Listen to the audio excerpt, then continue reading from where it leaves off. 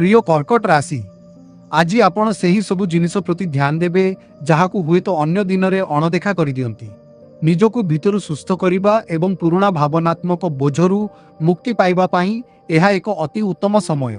आपण निज विषय किंबा निजर कोनोसी निकटतर व्यक्ति विषय नूतन तथ्य जानिबाकु पाइबे जहा आपणको आत्म स्वीकृति देबारे साहाय्य करिवो। एथि सहित कोनोसी योजना को कार्यकारी करिबा आपणको बहुत संतोष प्रदान करिवो। दिन गड़िबा सहित आपण किछि नुआ करिबा पाई अधिक उत्साहित अनुभव करिवे।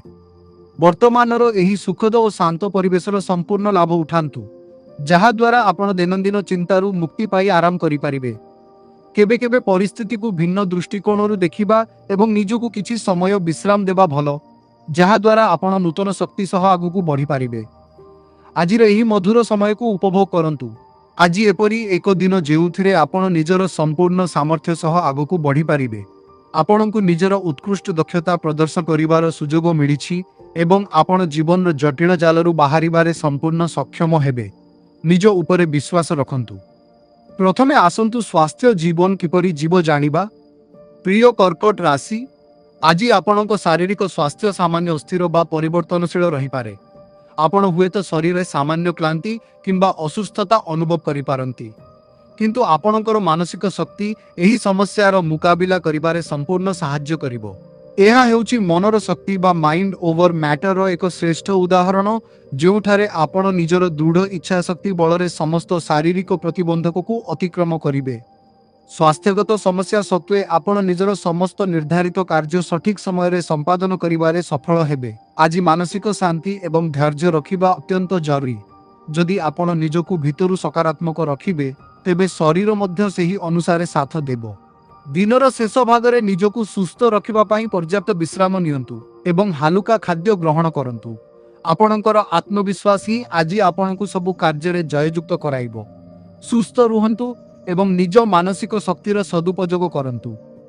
क्यारियर राशिफल विषय रे आसंतु जानिबा।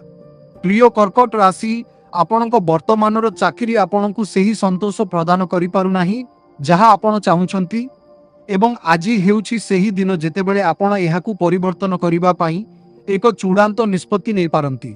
एहाकु एक खराब संकेत बोली भाबंतु नाही, कारण एहार अर्थ हेउछि आपण निजर पसंदर कार्य करिबा पाई नूतन सुजोग पाइबाकु जाउछंती। मने रखंतु आरंभरे हुए तो दरमा सामान्य कम रही पारे, किंतु मानसिक स्तर रे आपण एठारे अधिक खुशी रहिबे।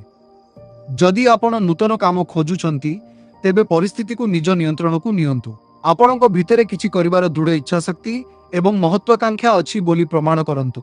जेतेबेले आपण निज उपरे विश्वास करिवे सेतेबेले ही आपण अन्य मानक उपरे प्रभाव पकाई पारिबे। निजकु केवल सहज काम मध्यरे सीमित रखंतु नाही। अनेक स्थान अछि जोठारे आपण निजर दक्षता प्रदर्शन करि पारिबे। आत्मविश्वासर सह आगकु बढ़ंतु, सफलता निश्चित मिलिबो। आर्थिक राशिफल विषय रे आसंतु आलोचना करिबा। प्रिय कर्कट राशि आज आपण निजर आर्थिक स्थिति को नहीं किछिटा गभीर चिंतारे रही पारंती एवं पुराना आर्थिक समस्या गुड़िक पुणी सामना को आसी पारे, किंतु वर्तमान समय आसी जाइछि सबकिछि को एक नूतन दृष्टिकोणरू देखिबा पाई। निजर अतीतर भूल को क्षमा करी आगकु बढ़िबा द्वारा ही आपण आर्थिक शांति पाई पारिबे।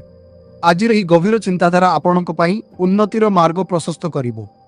आज आपण को अप्रत्याशित भावे कौनसी आर्थिक लाभ किंबा दरमा वृद्धि भली खुशीर खबर मिली पारे। आपणकर पूर्वर कठिन परिश्रम और सठिक कर्म वर्तमान शुभ फल प्रदान करुछि। वास्तव में आपणक आर्थिक भविष्यत पई एक सकारात्मक परिवेश सृष्टि हेउछि जहाकु बिना कौनसी संकोचरे आपणी नेबा उचित। एही सुजोगर सदुपयोग करंतु एवं निजर आर्थिक योजना को आहुरी मजबूत करंतु। आजिर दिनटी आपणक पई समृद्धि और मानसिक संतोष नहीं आसिबो। निज उपरे विश्वास रखी आर्थिक निष्पत्ति नियंतु। एबे आसंतु प्रेम राशिफल विषय रे जानिबा। प्रिय कर्कट राशि आज आपण एक अति सुंदर और कोमल मनोभाव रे रहिबे। आपण निज प्रियजन को घर को निमंत्रण करिबा, सेमानक पई एक आरामदायक परिवेश सृष्टि करिबा एवं निज हाथर सुआदिया खाद्य खुआइबा पई बहुत उत्साहित रहिबे।